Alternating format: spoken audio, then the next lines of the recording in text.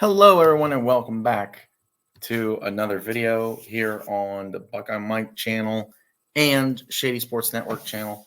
Last night was WWE Monday Night Raw Day 1. Now, I told you in the preview video, I love this kind of stuff. Let's do it more often, you know. Let's take the old pay-per-view names and put them on with the shows. Obviously, that would be kind of hard with some pay-per-view names since they're pay-per-views for NXT. But with that being said, let's kick this puppy off as we are going to talk about Day 1, Monday Night Raw. This show from top to bottom, with like one minor exception, was banger after banger after banger. This was probably one of the better shows that WWE has put on television in a while. And that says a lot coming from me.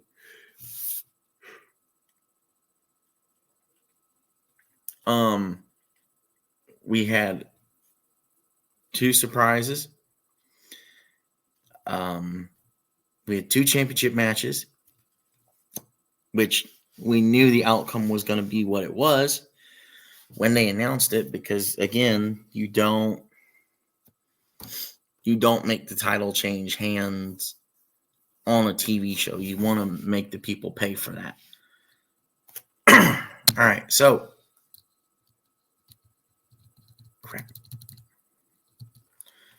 first we had Tegan Nox and Natalya versus Shayna Baszler and Zoe Stark. Overall, this match was a pretty good match. Natalya and Tegan Nox got out the gate quick. Eventually, overall, Zoe Stark and Shayna Baszler took over and basically did whatever they wanted to them. But I like that teaming of Baszler and Stark, dominant team. It's eerily similar to Ronda Rousey and Shayna Baszler.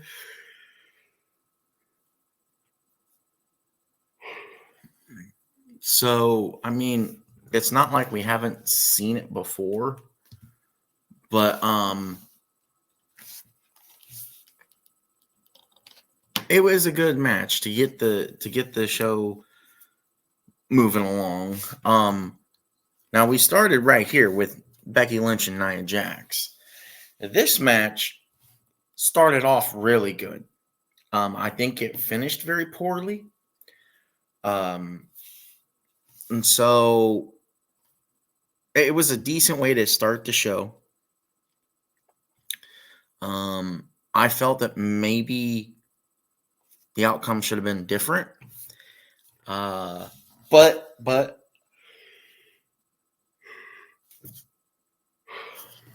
I do think we're building towards a pay-per-view matchup with these two. I think this could end up being a match on either the Royal Rumble or Elimination Chamber.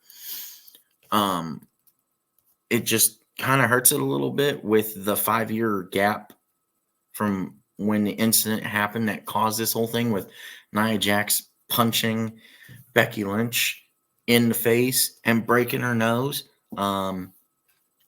It didn't do any good. It didn't help matters. So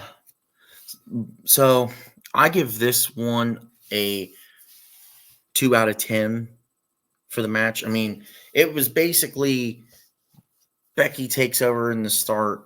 Eventually, Nia Jax just runs away with it, and it's more or less a squash match without being necessarily a squash match. And as far as this one goes, I give this match a 4 out of 10.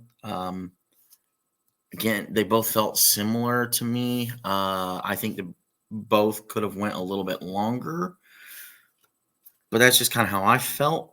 Now this one, I didn't want to get to this one, but just yet. But here we are.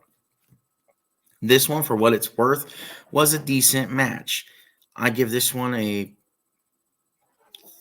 5 out of 10. Ivy Nile really showed her potential, and she showed that just like Zoe Stark did at Survivor Series, she could really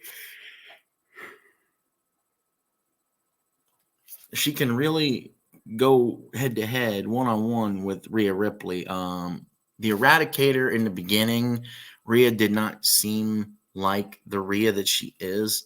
But in the end, she eventually did take over. She was able to neutralize Ivy's offense, especially with the header to the top turnbuckle that Ivy suffered. I think overall it was a good match. It was a good for on TV match. Now, if this was on a pay-per-view, I don't think this would have done very well. But this was a really good co-main event match. And like I said, I give it a 3 out of 10. Rhea retains. Congrats to her. We knew she was going to retain. She'll probably retain till WrestleMania, honestly. All right. Now we have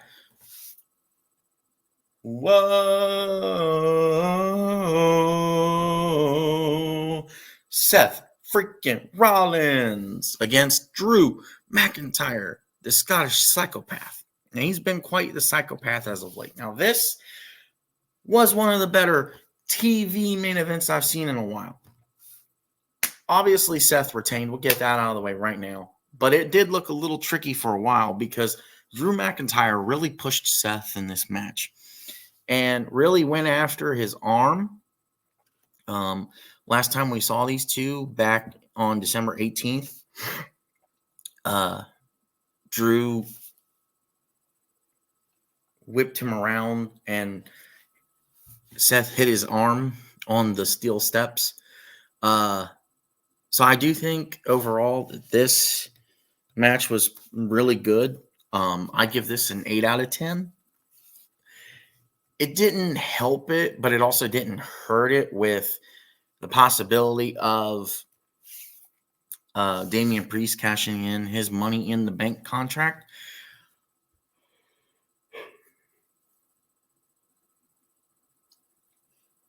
I do think that, sadly, possibly, Damian could potentially end up not cashing in his Money in the Bank contract, which would really hurt the stipulation of why we have the match and that pay-per-view. He's eventually probably just going to have to cash in on a lower tier belt. But it's hard to see what one he would cash in on. I think it would have been better off had LA Knight won the contract last year, but that's a moot point. There is potential here for Damian to make history and not in a good way. So that's all I'll say about that. I really did like this match. These guys went toe-to-toe, and it was a really good, I think it was about 20, 25-minute match. It was a really good, right around half-hour long match. They really pushed each other, and Seth just, oh my gosh, dude. Seth really put on a show like he always does. He is so great at what he does. I love Seth Rollins because Seth Rollins is so awesome. He's the best at what he does.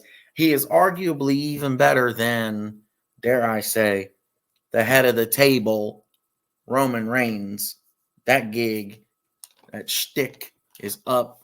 Can we please move on sometime soon? So that being said, I will be better prepared for the SmackDown recap that I'm going to do this weekend. 2, one of the last things I want to touch on, 2 things. So they said at the beginning of the show, because it was tweeted out by Triple H over the weekend, to stay tuned to Raw because There will be a special guest surprise person coming back.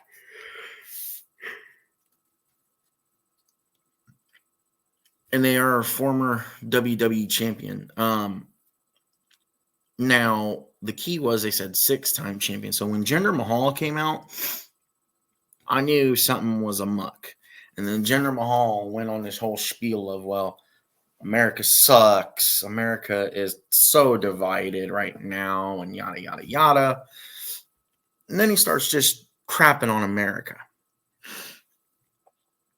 Well, who comes out none other than if you smell what The Rock is cooking.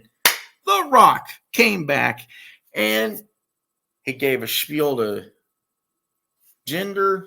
Jinder started to beat the crap out of him because he basically said, I'll whoop your candy butt. And Rock turned it on him and he kicked the crap out of him. And then he alluded to, so he, at the end of it, he said, I want to go out and get a drink and get some food tonight in San Diego. When I go to a restaurant, should I sit in a booth or should I sit at the bar? Or, and I freaking loved it. I ate it all up when he said this. He said, or should I sit at the head of the table? WWE is finally giving us what we want. We have wanted Roman versus Rock for a long time. Now, WWE, do not screw this up. If you're not going to have Rock win the title, make it a non-title match, please. Because I want to see Roman Reigns get beat by The Rock. That's all I'm asking for. That's all we're asking for. Just have The Rock put Roman in his place. Have The Rock tell Roman, yo, you are a freaking piece of crap now. I wanted you to win a while ago and be the top guy. Then you came back after your freaking leukemia battle, which I don't, congrats to Roman for beating leukemia. But he comes back as a heel. And now they're just shoving it down our throats. So I want to see this happen. And this is the way I want to see it happen too. So that being said, I hope y'all enjoyed this video. We will be back again on Friday night, probably Saturday, actually. Most likely the next video will come out Saturday as far as like reviewing the shows. But I hope everyone has a good and wonderful day. Enjoy this time with your family. I hope everyone had a wonderful New Year. And peace. See you in the next video.